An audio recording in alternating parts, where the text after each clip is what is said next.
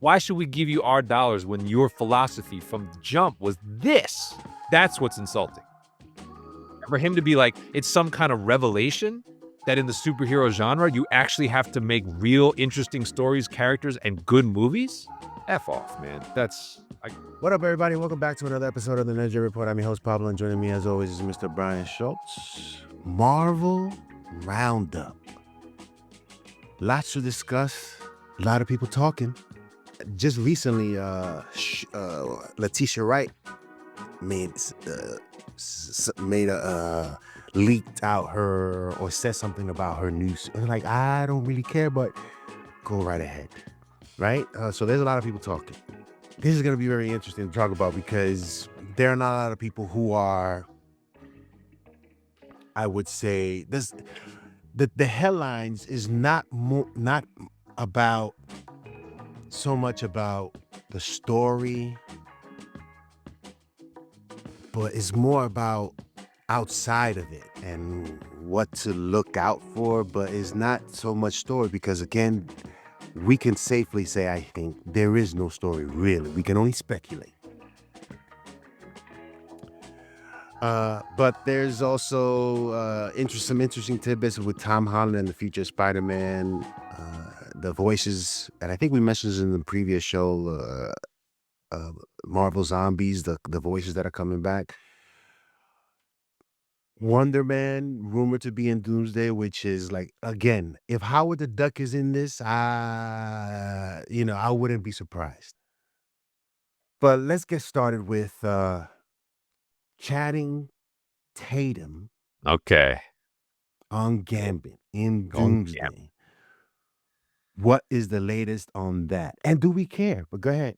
I think you're hitting on as these types of interviews and comments come out, maybe the right thing to do is keep a tally of all the things that you feel like will simply be taking up time in the 3 hours versus what you really want to see.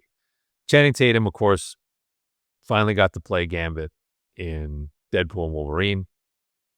Out promoting his new movie, Roofman, said, quote, I'm not going to go full Cajun in Doomsday, saying Marvel executives really, quote, really had to wrap their mind around the accent and how people are going to understand him, end quote. So he then indicated he's going to get serious in the movie. I think that was the best part of it.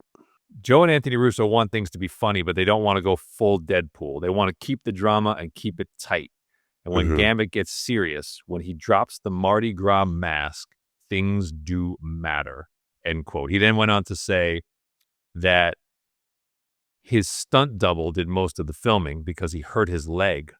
Channing Tatum hurt his leg early in his scene shooting, so he could only do a limited amount of the action sequences, but confirmed he has a big fight with Robert Downey Jr.'s Dr. Doom. Does any of that matter to you? I don't care. There's no steam for it. It's inconsequential. No steam for it. It's like these two characters don't have any sort of relationship at all. We have no buildup. It's like you're banking on the spectacle of Robert Downey Jr. killing Channing Tatum on screen, effectively. That's what you're banking on. Yeah. But in a Marvel context, that doesn't really have any weight of any kind. Yeah. So I read this and I'm kind of like, at least in Deadpool and Wolverine, there was spectacle there in the context of the story they were trying to tell. So there kind of was fun to see him on screen for the first time. This, I don't even know. Like, it just doesn't really, like, I was sort of completely unmoved by the entire article. I was just like, why are you in the movie this much? Like, I keep imagining Channing Tatum when, he got the call and stuff like that. He looks at the Kevin Garnett, anything is possible.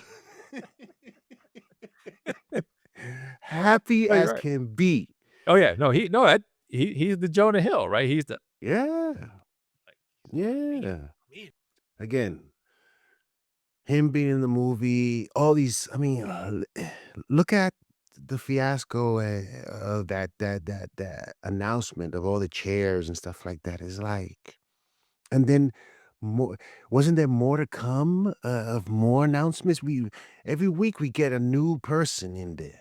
That's what I don't So even it's not a movie. This is not a movie. it's a circus. Yeah. It's not a movie. And so I do have to ask this question, which is the Russos have historically not done this, but we just had this experience with Fantastic Four where, like characters like Red Ghost were eliminated from the movie entirely. What's the over under on these types of actors and appearances ultimately being cut 100% from the final version of this? I think it produces has the potential of creating something unique to the MCU and to the Disney Plus platform, where everything that was cut, you can see it in this 5-hour movie Zack on Disney Snyder's Plus. Doomsday. Yeah, 5 hours. that's what you can do Because it because kind of so feels many inevitable, feelings are right? gonna get hurt. It kind of feels So many inevitable, feelings are right? gonna get hurt. There's so many Yeah. people. I'm like, this movie would be like 5 hours if you actually give everyone a real scene. Like, it kind of feels like some of these people do have to get eliminated from what we see. It's gonna be, I mean, again, people are gonna go just to see what happens with all these people. Will they have a, I'm pretty sure their script is like on a Post-it. You know what I'm saying? Like, here's your line. Cause there's no way. There's no the amount of effort for a lot of these characters, all they're going in there is to get dressed up, stand over there, and say this. They don't even get it posted. They just say this. Say it a few times. Okay, we'll pick from one of these, and that's it. Goodbye. Thank you. I don't see it being any other way. And then you hoping when you show up to the theaters that you see your. I had a friend. He was a producer. Shout outs to Prime. He did he did music for a movie, and when he went there, he was saddened by the fact that the music got cut out. I'd imagine that some of these individuals will feel that way as well. So this is what you can expect. I don't know what we're gonna be getting, Brian. I don't think anyone knows because there's just so many things happening and so many people in here. It's just, I don't know. The sad part too is I do think they had hit on with the Steve Rogers thing, they had actually hit on a real idea.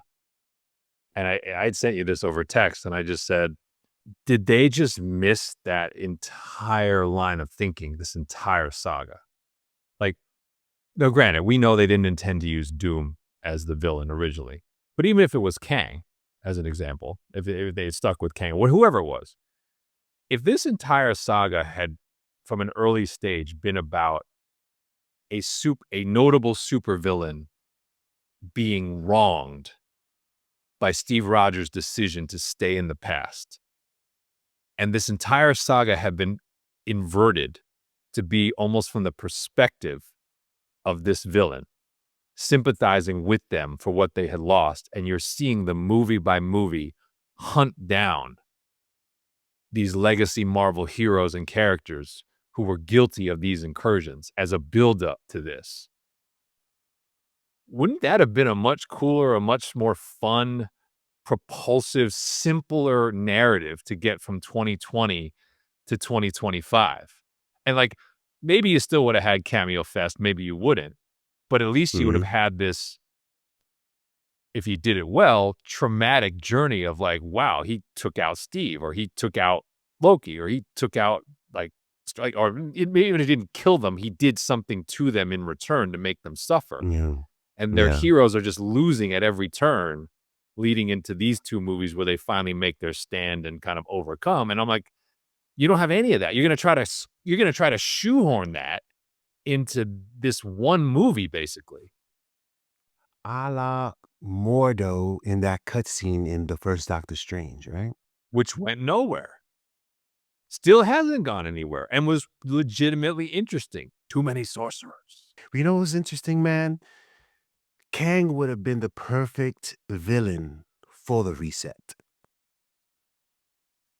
because of the time situation. I don't It know. would have been the perfect sort of vehicle for a reset.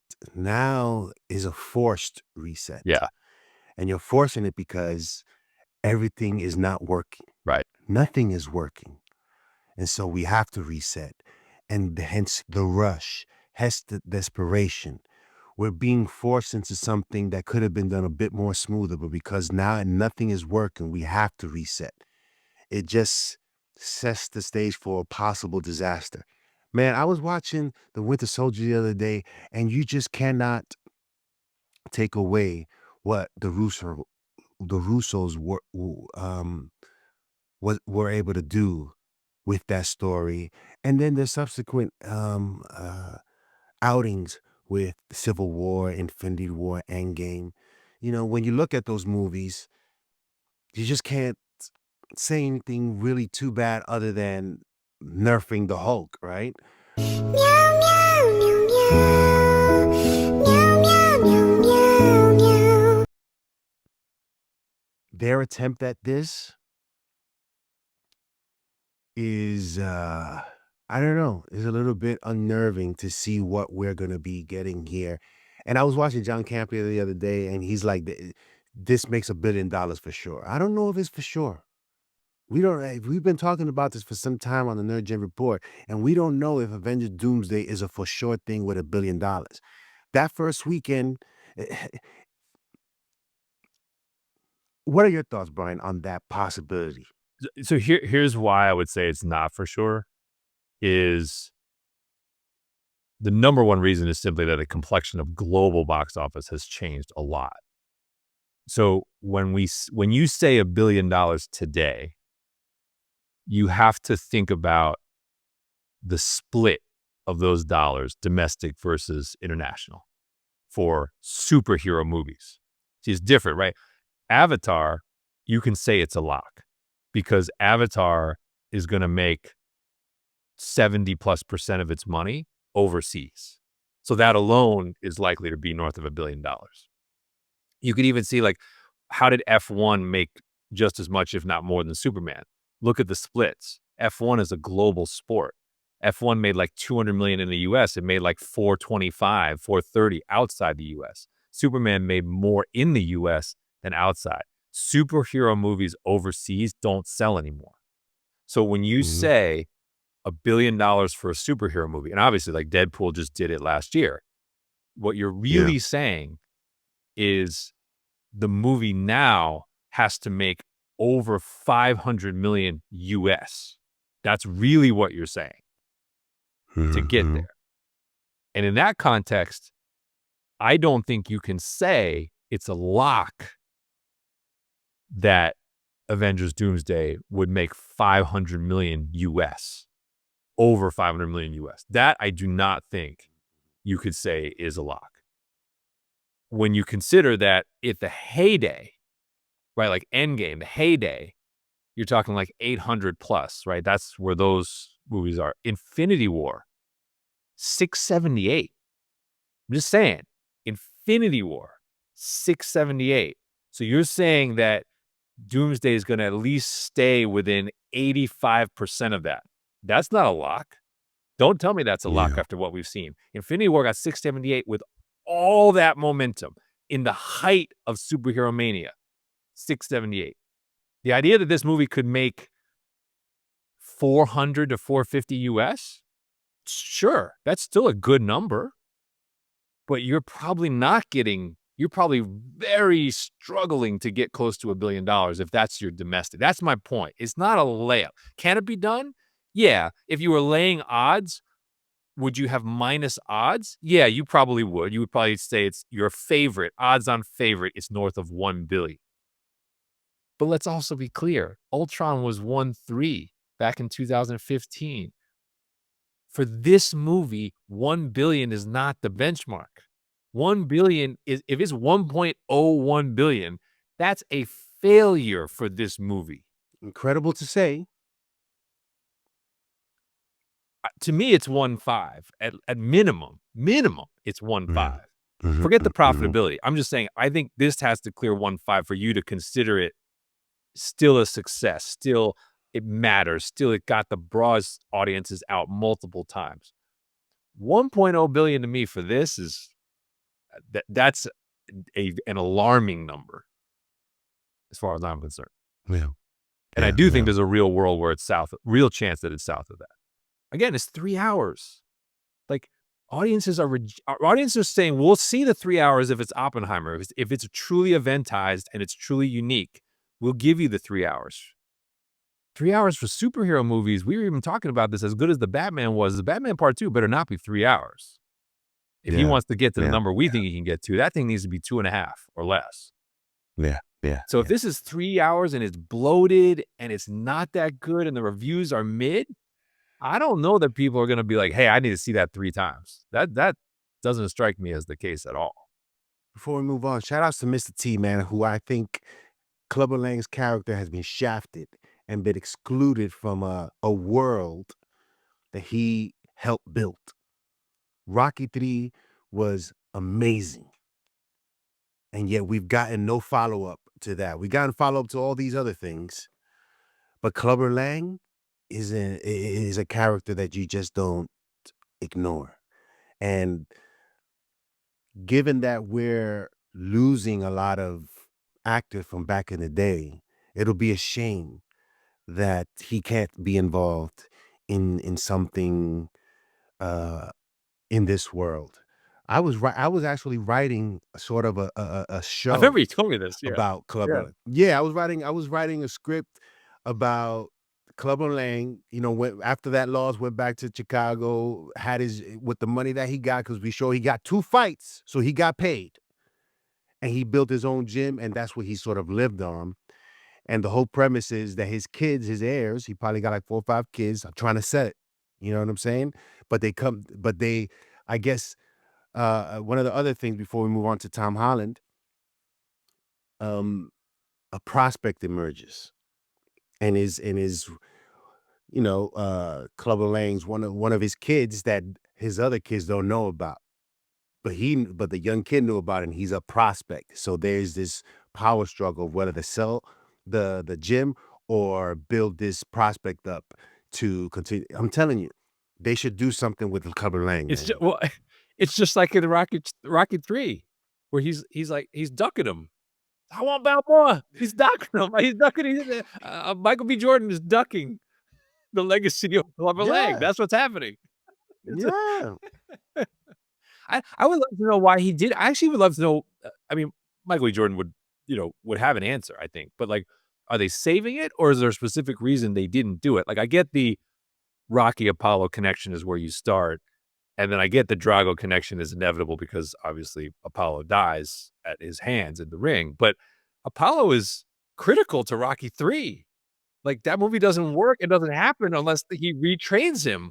And so I'm like, there is a direct connection there as well that he just kind of left on the table. And I've always wondered why. Like, why didn't he go back to that? Because you're right. It's sitting there, and there would be that franchise has proved there's an audience for those stories. They do a pretty good job executing them. Like, it's an obvious moneymaker just right there. You brought Drago back, but you can't bring Clubber Lang, yo? The guy that whooped you the first time. Like, literally. Obviously, sorry to turn this into a Rocky 3 conversation, but there's just too many good things right there that they're leaving on the table, man, and they should really explore that. Tom Holland on the future of Spider-Man. Brian, I read something about him. He's using social media and what people are saying about Spider-Man to sort of inspire the story and inspire what people sort of want to see. I think that's smart. What are your thoughts on his approach on this next iteration of Spider-Man? Well, he's at a different point in life and a different point in his career. And I think they're calling Brand New Day the start of a new trilogy for him, which is interesting considering he's 29 years old. So that would mean that clearly by the time he completes this trilogy, he will be older than Tobey Maguire was when Tobey Maguire shot Spider-Man 3. Tobey was 31 at that time. But when you factor in that he is a major player in the Odyssey, one would assume that his profile as an actor, a mainstream performer in Hollywood, is about to take a meaningful step upward. He will no longer be just Peter Parker. He will finally be something else. Maybe he even gets nominated for an award. Who knows? He's out there saying The Odyssey is the best script he's ever read by far, for what it's worth. But Yeah. you're right. I think he's starting to think about, okay, if I'm a 30-something-year-old Peter Parker and I'm doing more of these movies, like what does that actually look like? And you're right. So here's the clip or the quote that goes to what you're saying. I have been actively sifting through the internet, trying to best understand what it is fans want from a Spider-Man movie. And that has been my driving force in the pitch meetings. I think the producers at times were absolutely sick of me, but I think it's really important because we make these movies for the fans. And in terms of my future in the character beyond this particular film, I actually don't know the answer to that. What's really been fun about this most recent movie is designing the new suit, being part of that process and understanding what we wanted to try and achieve, end quote. So there it is. Good for you, Tom Holland. Good Not for bad. you. That's actually pretty honest stuff right there. Yes. Yes, it is. And I will be interested to see the output. I think we have become more encouraged by this film. This is one where the set photo leaks are actually helping. This is a rare instance of the unedited, unfiltered, unspecial effected work is actually adding to the interest because you're seeing the practicality of everything that's being shot.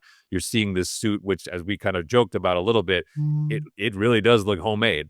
Like it really does look homemade, and that is the point, right? It's a non-souped up suit, and of course we are hoping and praying that we get payoff on these relationships that he severed at the end of No Way Home and has to sort of rebuild or reconstitute. So, but he is going to be an older version of this character, and so that is also topical. Like he can't be carrying a backpack, and dressing like a kid. He can't. He just can't.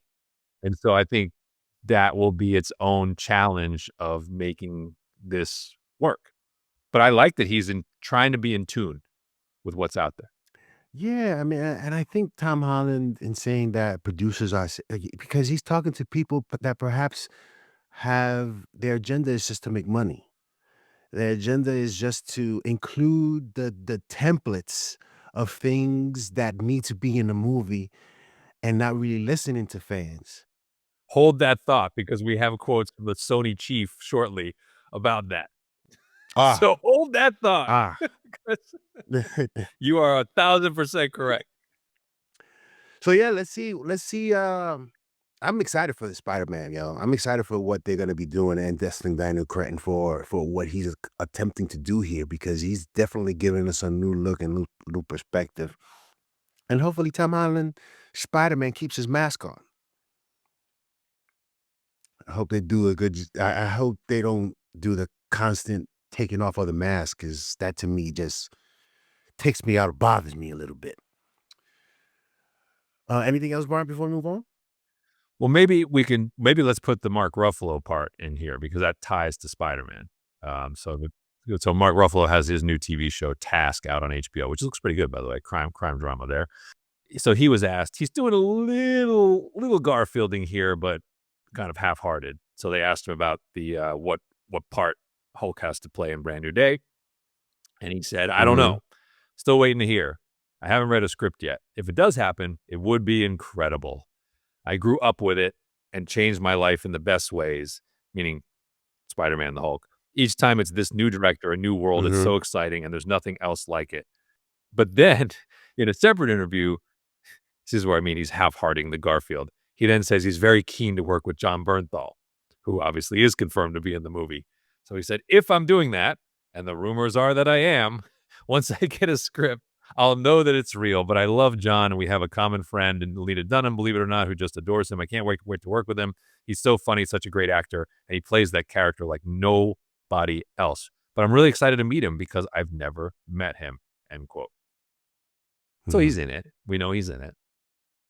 Yeah, What he did, yeah, yeah, what he yeah, left on the yeah. table, and apparently was not asked in this particular case, is Savage Hulk. That's the question. Yes. I wouldn't even ask it to him as if it happening. I would ask him how he feels about the idea of him pivoting to that if it happened. Just like, I'm not saying it's gonna happen, but if you were asked to do that, if that's the direction they wanted to go in, how do you feel about that? And what would you how would you bring that to life? That's what I wanna know. Because Small Hulk is something that I think fans are, I think most fans, I won't say everyone, but most fans are sort of like over, and we want to get back to basics here. But once the reset happens, I want to see a Hulk. I want to see the true origin of Hulk. And what I mean by that is we've already gotten Oppenheimer. We got James Cameron talking about doing his version of that, and I guess part two. But James Cameron, perspective, or actually the perspective of someone who actually lived or survived that. I think is safe to now give us the true origin of the Hulk and how he was created, and not this TV version. You know what I'm saying? I think the closest Ruffalo has gotten to this is when he's possessed in Ultron and the very beginning of his fight with Thanos in Infinity War. That's the closest we've ever seen the Ruffalo Hulk, I think, get to that level of anger. And so I would say, I still think, in terms of the effects and the ferocity, the Norton Hulk is still the one that's the closest. Like, the way he fights, the way he snarls, that is the closest we've actually gotten. I don't think Ruffalo's Hulk has ever actually gotten to that level, truly. And so if they are going to take him there or past that, I think that will be just interesting to see his motion capture portrayal, or the way he puts the emotion of distress and anger into that. I just think it's a long way back, man. It is a long way back from the family barbecue, like, and the yoga poses. You know what I'm saying? Like, that's the thing, is like, it's got to be, the trigger has to work. You can't just like have him do it and be like, oh, here he is, you know? Like, you made this mess of taking him further and further down this path of comic relief. So you got to dig him out of that. So finally, someone asked Ryan Reynolds about Doomsday, which, like, he seemingly confirmed that he's in. Marvel's never said that he's in, but now the Deadpool writers are reportedly taking over the scripting for this movie. The one that, yeah, supposedly the report is after the whole rumored A-Force female-centric script that Downey revolted against, if you believe the rumor mill, they have fired the writers, and Reynolds' Deadpool writers are now taking over. That's the report. So then what people asked him about was his whole tease on socials about Deadpool being in the film, and he tries to play it down. He's like, the thing I posted on social was actually just a variant of the flag we use in Deadpool and Wolverine. It was my favorite. And for some reason, you watch a movie later that has many alt versions and all that stuff, and you go, why didn't I choose that one? There were 5 other great jokes for that. That was just a flag. I just came across it, and I was like, oh, I love that flag. And then, there's always talk. We're figuring out what's next in the world, blah, blah, blah, end quote. It's all smoke, man. We know he's in the movie, and we know they're desperate to have him in the movie. And if his people are writing the movie, you think they ain't going to write him into the movie? Come on. Come on now. Of course. They're gonna put him in situations For for him him to to do shine. Deadpool things. I'm telling you, that's the thing to watch. It's like, his writers are not going to make him second fiddle in the scenes that he's in. So how's Downey That going is to an do with that, interesting given it's his production, show man. and he's in every scene, right? That's the whole thing I gotta tell you. You got to keep watching, because That is an interesting production, man. I can't wait to see, and not for a good reason. I can't wait to see what this is going to be. and like, Reynolds, and how the character works. Like, is he gonna riff on the set, on the troubled production, like in the movie? Like, could you imagine a scene where he's now, like, let's say he's somehow on screen with, or even if he's not on screen, like, he makes a comment about Red Guardian, U.S. agent, and he basically is like, oh, they're not getting, like, say something to let you know that they fought on set in real life. Like, he obviously would do it. Like, we know Reynolds would do it, and we know the character would do it. So, like, will they try to do that?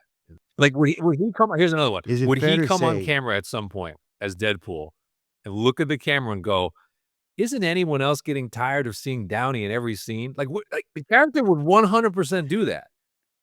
So I'm just saying, like, would he improv that on set? And then the studios be like, we're keeping that. And Downey's like, F this guy. Like, like, I don't know. Like, it's just Anything's possible! Is it fair to say that Doomsday, yes, I think will be an event? Will it be entertaining? Brian, I think yes. I think will it live up to the quality that was Infinity War, to the quality that Russos have set in the MCU? That's the question I think we're going to be asking ourselves after we see that. Was it entertaining? I think it would probably be entertaining, yes. But will it live up to the greatness of those films that they created? Winter Soldier, I Civil think War, highly Infinity War, unlikely. Endgame. I think it's almost impossible. And I don't think it's totally their Yeah. fault, but I just think the challenge is too great for something that has lost momentum and is off the rails. And their own filmmaking outside the MCU has left a lot to be desired since they left Endgame. So I think there's a lot of things working against it being that. I made this comment to you over text, and I think it's an interesting one to watch, which is I think there's also a chance there is a massive critical rebellion against this particular movie. From the standpoint of, I don't think there's a critic out there that wants this movie to work.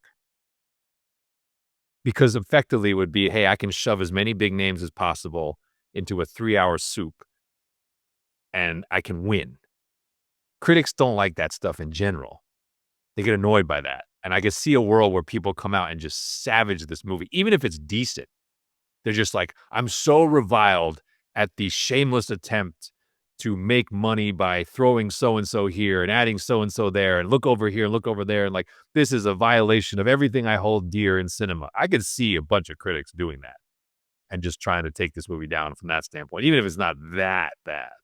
So I am fascinated to see that aspect of it, because I feel like when the Russos were doing Infinity War and Endgame, because they had that momentum, and these movies were critical darlings and they were new and it was exciting and it was going somewhere. I think it was the opposite. Critics graded these movies almost on a curve because they were so along for the ride. And so I think it's like you could literally see the 180 of that this time around. Marvel Zombies. They released a trailer the other day, and we spoke about it in our last Marvel Roundup. But what's new there?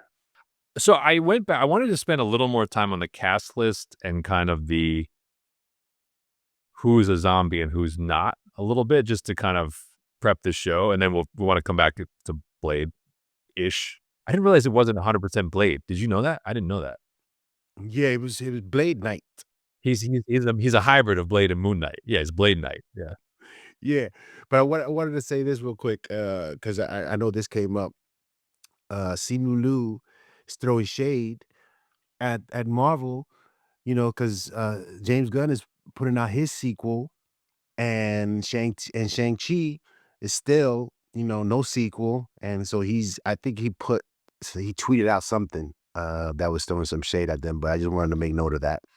As I said, it does become more conspicuous as we go through some of these movies having struggles, but I will pull that quote while I'm talking. But I wanted to go through the full cast list that is actually on here, just so we can see, like, let's just do a quick roster check of who got to be in this series, because I do think there's potentially some significance to that. So you have the aforementioned Simu Liu. Simu Liu is confirmed in this show. So Shang-Chi, who I believe in this iteration, or at least in What If, was bitten by a zombie, but uses the 10 rings to prevent himself from becoming a zombie, is like what the focus here. Interesting. Elizabeth Olsen. So that's a little interesting, because Scarlet Witch, right, last time we saw her was buried under a mountain of rock. But Scarlet Witch is in this show with the voice. Florence Pugh is front and center in the trailer, so Yelena Belova. Ant-Man is with Paul Rudd is in this. And then most of a bunch of the Thunderbolts are here, right? So like you have Florence Pugh, you have David Harbour, you have Wyatt Russell. They are all in. Then you also have, from a lot of the TV shows, right, Haley Steinfeld from Hawkeye, Dominic Thorne from Ironheart, Iman Vellani from Miss Marvel. And then randomly they have Tessa Thompson from sort of the Thor world. And then they have this Blade Knight character with Todd Williams and not Mahershala Ali. Oh, and you have Awkwafina as Katie, Simu Liu's sidekick, also, which is also like, if you wondered if Katie was still part of the MCU, apparently is An part of the Avenger. roster, which doesn't include. Now, I have seen Thor is also in this show, but Hemsworth is not credited. So maybe he's a zombie, because I know Captain America is a zombie in this show. So that's why there's no need for an actor voice there. But I have seen that Thor is also in this in some capacity. So what's your just general reaction? Like, obviously they've gotten to this. Sorry, the other ones. There is apparently a T'Challa Black Panther that's in this series at some point. Unclear if it's a zombie or not. Confirmed zombies, right? I said Steve Rogers, Captain America, Clint Barton's Hawkeye, Carol Danvers, Captain Marvel, Hank Pym, and so Ant-Man and Wasp in the Hank Pym generation, and Thanos are all zombies in this show. So a lot of the original characters, Infinity Saga characters, some of them at least seem to be zombie versions. And then some of the multiverse saga characters seem to be more not all of them, but seem to be more the still heroes, still human, or still whatever species character. What's your just general reaction to to that roster, like how they've put it together, like which shows they've pulled from to kind of highlight to us, hey, these people are still around and they still matter? I'm sort of neutral because, again, like you, I'm not into Marvel Zombies or zombies in particular. Them coming back, I think, is just, in my opinion, Marvel Zombies is unnecessary. I'm sort of completely turned off because of what they did with What If 3. I honestly have no interest. I'm only interested in seeing Blade Knight because I thought that was pretty cool. But again, at the end of the day, will it go anywhere? I doubt it. It'll be a one and done sort of thing. Um, that's generally how I feel about Marvel Zombies, and them coming back is something fun for them to do, a check, and that's about it. Yeah, I think that's probably fair. I mean, I'm assuming this isn't just random, right? They do want you to think about these characters again, even if it's in animated form, because they intend to do something with them. But it does underscore to me that it is a bit of a mishmash, right? It's like, there's just like a complete lack of connection between like Valkyrie and Shang-Chi and Miss Marvel right now. Like it is not cohesive. And maybe they're in different episodes of the show, but to me, it just underscores how big this sort of disjointed saga has become, where you're just like, you see this and you're like, yeah, I know generally they're on the same side, but they've shared no screen time. The storylines have really not blended together in any meaningful way. And so it just doesn't feel like a roster.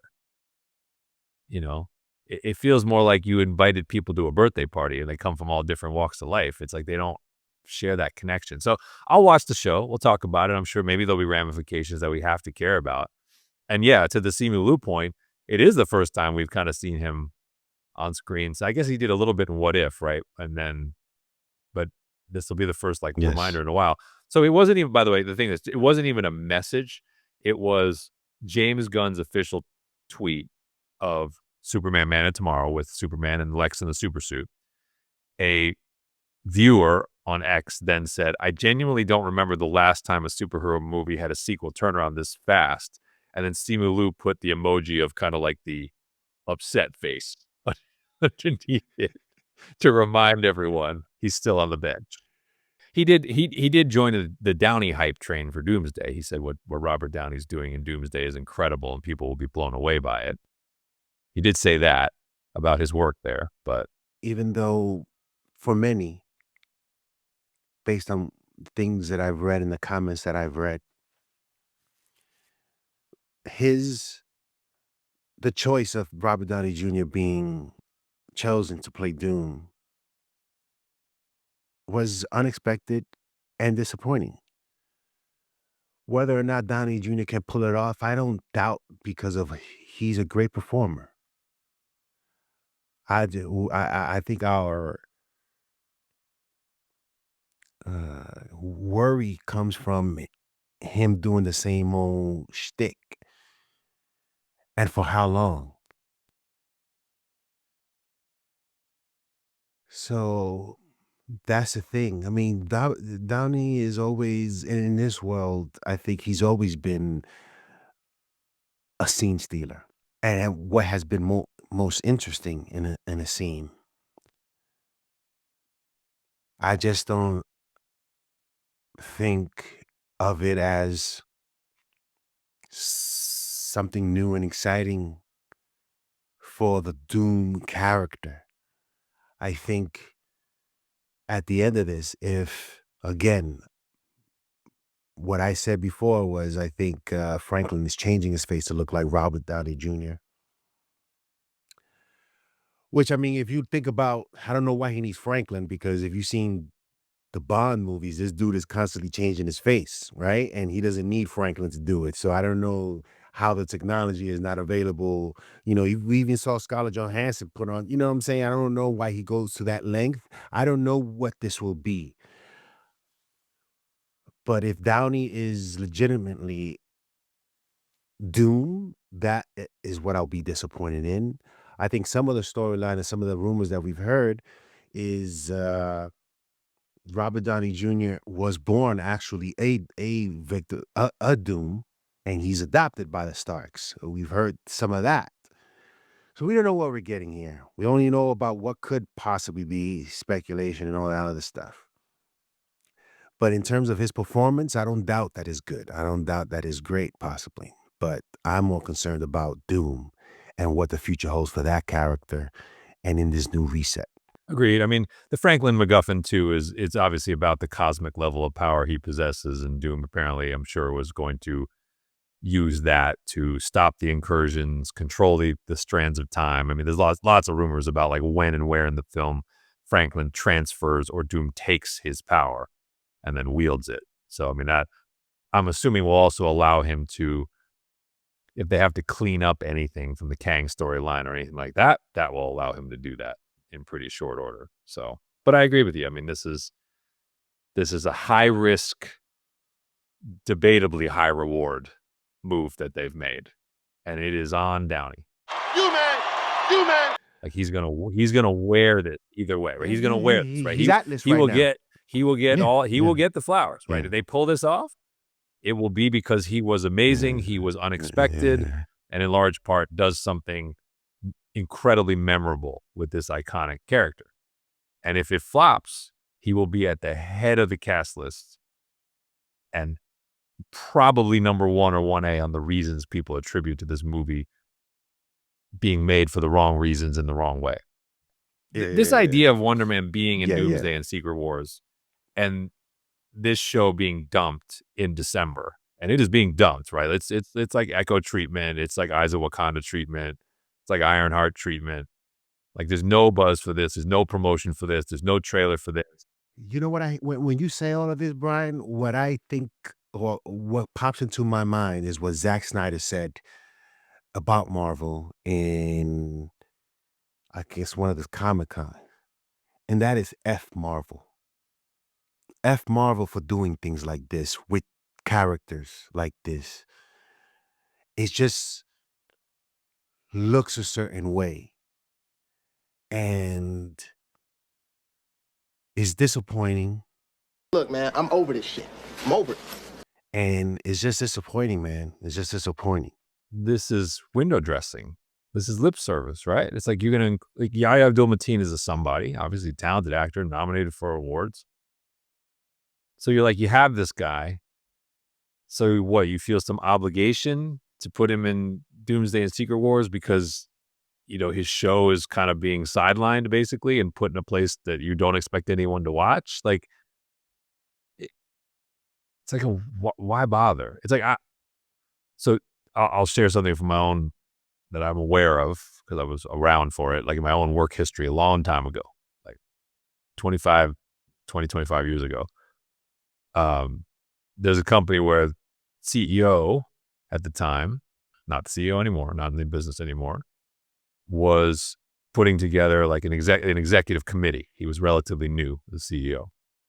And he asked somebody on the team that I was a junior member of to be on the committee. And she refused. And she said his response to her refusal was, well, just find me a goddamn woman so I can check this box already. That's what this feels like. You're just checking boxes, right? You want to be able to say you've got so many shows and projects that fit a certain profile, but you haven't really given them their shine. It's debatable if you've given them the resources to succeed. You certainly aren't giving them the promotional dollars that you've given to other projects. And it kind of feels like they're being left behind. And it's not to say they're all perfect, but just why does it keep happening that way? It's starting to, like, one you could say is the aberration, right? 2 is a coincidence, 3 is a trend. I just gave you 4 in the span of 18 months where this has occurred. Does not seem like an accident. And I feel like, in a weird way, including Yahya Abdul-Mateen in Doomsday and Secret Wars almost just sort of underscores the degree to which it feels like these projects have been underserved. I would love to get a panel of all these characters after the reset and they're no longer in need of their services, and just ask them questions about their experience and how they feel about how these things turned out to be and how their projects were treated. Because it'll be an interesting conversation. I mean, and like, ironically, like, right, you have the Black Panther legacy and what Coogler accomplished on the big screen, and the results are impeccable, and the awards, that accolades that garnered. So it's not like, and you have proof that it not only can work, but can work at the highest of levels. So it does start to stand out in an unfortunate way. And you're right, with the reset, all of this stuff's getting taken off the board.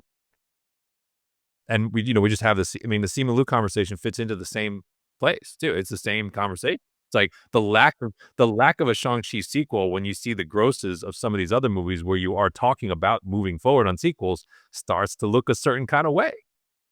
At this point, I'm more interested in hearing how Kevin would like to color this up. No pun intended. You know what I'm saying? Because he said some crazy stuff about their approach. And I mean, if you listen to the things that he said about Blade, it's just like, Yeah, I didn't even include Blade in that because it hasn't actually happened. But that's I mean, like I said, like, Blade and Shang-Chi 2 are the have not happened but fit this bill, right? I gave you the 4 that have happened and seemingly have gotten kind of sidelined or marginalized. Yeah. I got to start putting, you know how I go into movie clips and stuff like that? I got to go back into the archives of what we've done and say, hey, we read the quote.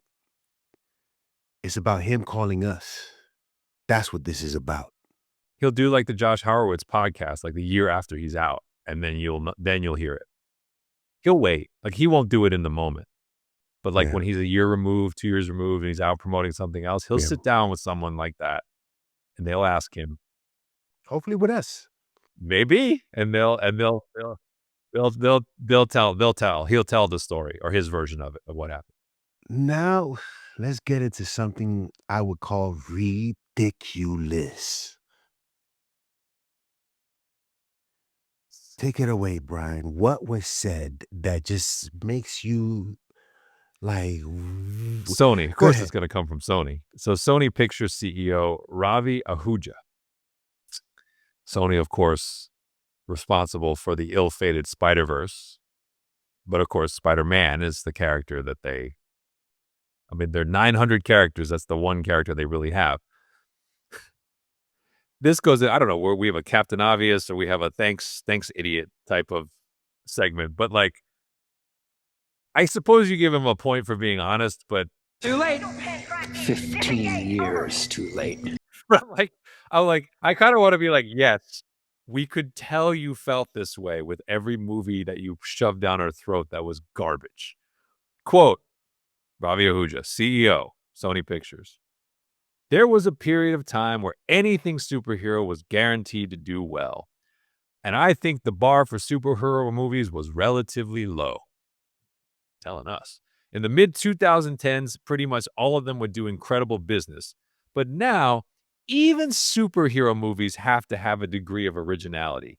Even they have to add something different. They have to have an emotional connection. They have to be cultural events that can be marketed that way.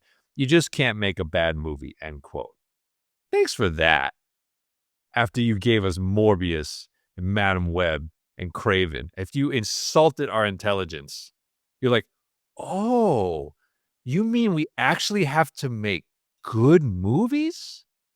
This is what I say, out of touch people, man. These are people that are out of touch, and they come to the realization after perhaps they've had a cigar or some drinks, and they've sat down with other people who perhaps they respect, and they're told what they're told the truth.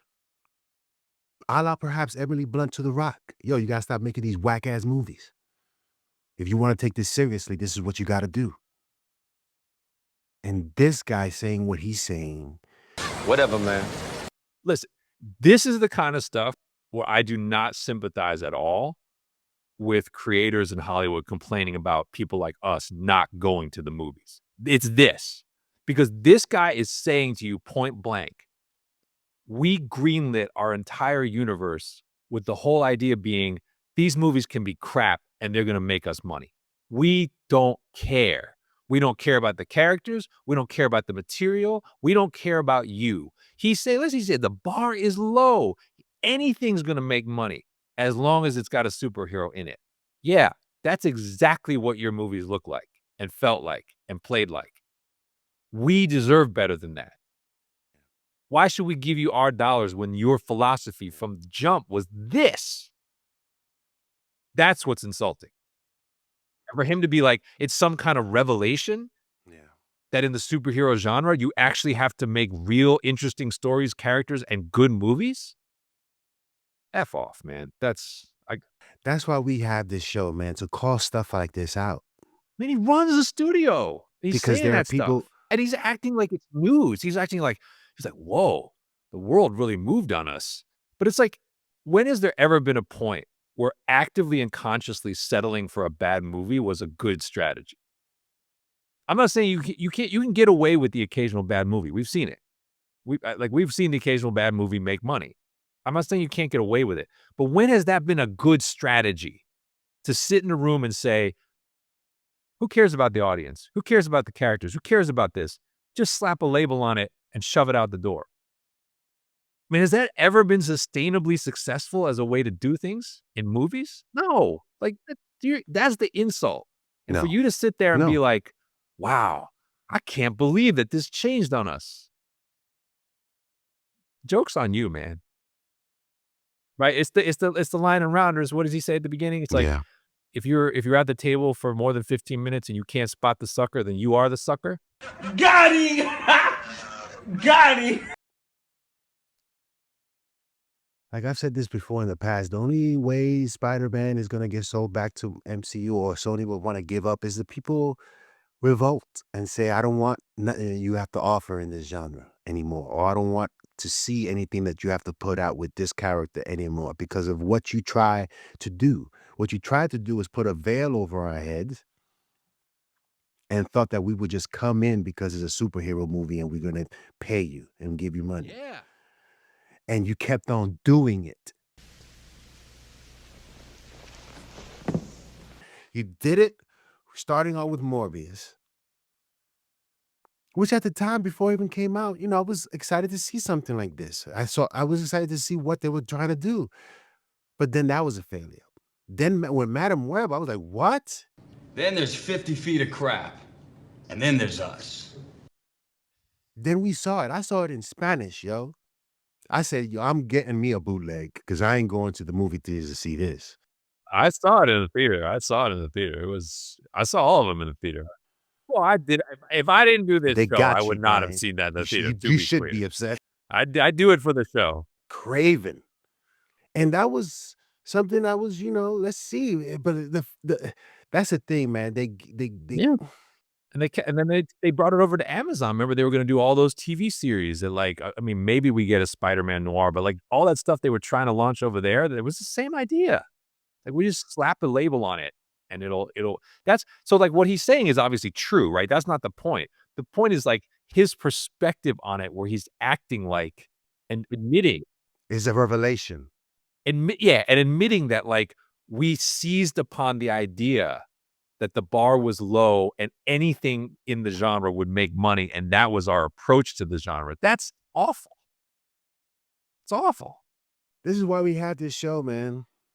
To keep people informed of what's happening and the people in charge and what they're doing and how they're going about it and whether it's worth, like, the announcements are cool and stuff like that, but whether you should be excited, especially coming from people like this who just want to get money from you. I think if you go in there, like, I think Kevin's initial thought was, this is an opportunity to do something dope. And they were doing that. And that's why we came out.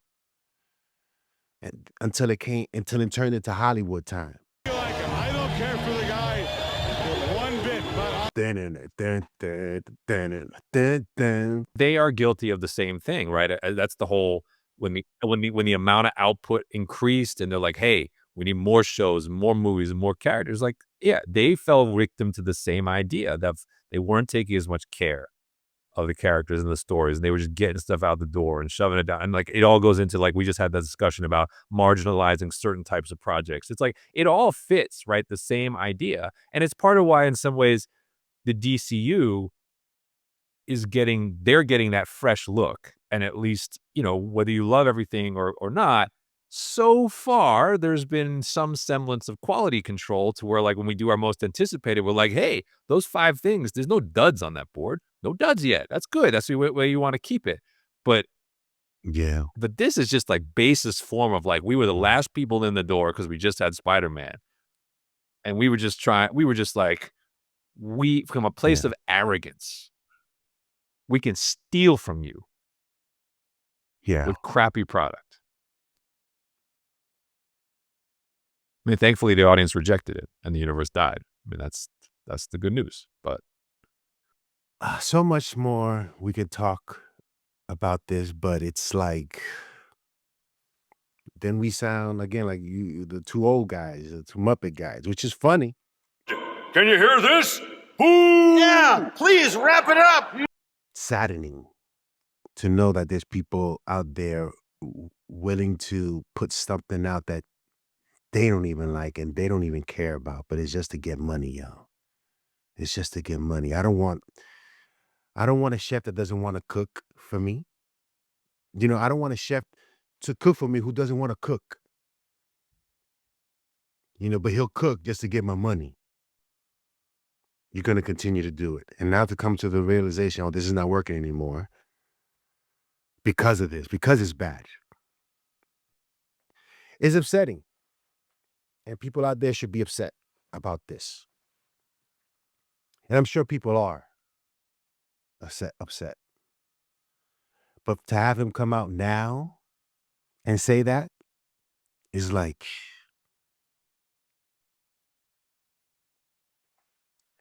I don't know if I would allow myself to be, like, if I had a job, Brian, and if I was Kevin, and I was told and I was given the directive that he was given to put out more, and that the product that you're putting out, that's why my relationship with Kevin is a little bit love-hate, because, you're Kevin Feige, and you know what you were doing when you first started with this, and then it became this because of directives.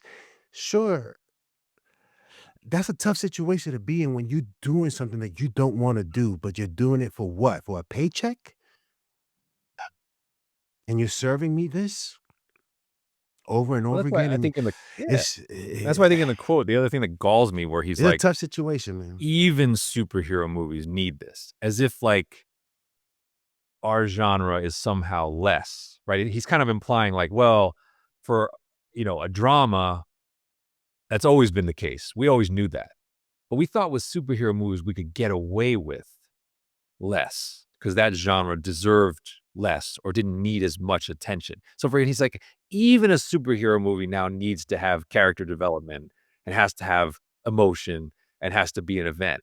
That's like just rankles, man, when you say it that way. As if the genre is somehow less and like less important. It's just like it is more purely a commercial enterprise and cash grab than anything else. So, and to the Kevin point, I mean, if we're giving Kevin a little bit, like we give Kevin grief when he deserves it, but like Thunderbolts and Fantastic Four creatively were steps back in the right direction. They were not steps in the right direction commercially. Can't say that. But the movies themselves were market improvements over the last couple years. So that's where it's like, you don't want to let go of all the hope amidst all of the, like, in some ways, Doomsday and Secret Wars are their own train wreck because that bed was made over the last 6 or 7 years. Whereas like Fantastic Four is newer, right? That's a launch point for something else. And the tension there is just that, like, we liked it. I think it's well made. It just didn't seem to like land the way with audiences the way that the studio thought or the way that we might have expected when we first saw it. So there's still work to be done. But I don't think you can look at Fantastic Four and say that they didn't care. Like, they clearly cared. That's a movie that showed attention to the stories and the characters. Versus what the Sony guy is saying. He's just being like, we just rubber stamped anything from the library we could possibly get our hands on. No quality control. We just handed out paychecks to who we could get to do it, and we assumed the audience would show up. And now we're surprised when they did not. Yeah. I wish I was in that room. Somebody needs to have the cojones to stand up and say, this is wrong. Especially if you're in this. Yeah. If you're in it to do good stuff, to do quality stuff, you have to question yourself that if your intention was to come into this genre and this business to create good stuff, and the directors being handed out to you are to just make stuff, there has to be a voice to rebel against that sort of thinking. But let us know in the comment section below what you guys think of. Are you looking forward to Gambit fighting Doomsday? I'll tell you right now, I'm not. I am looking forward to seeing Tom Holland and the future of Spider-Man. Looking forward to Marvel Zombies, and I'm not. And the way they continue to sort of do what they are doing to some of these characters in there, how they release it and how they promote it continues to bear its, face, right, into how they're treating these IP, these characters, and these actors. And how they choose to promote these things is still, off, very, very much so off-putting. And I can't wait to hopefully be one day, Brian, where we're in a position to interview a panel and talk to these people and hear their experience and what they think about how these characters are treated and how they were treated. And their expectations, Brian, because we heard Nanjani talk about his expectation. Oh, this one is a little bit different. And tell us what you guys think about this Sony CEO and the Oh, I say it again, you've been had. You've been took. You've been hoodwinked, bamboozled, led astray, run amok. This is what he does. By giving us garbage and thinking he could get away with it. Yeah, let us know in the comment section below what you guys think of all this. And we got some good stuff coming up.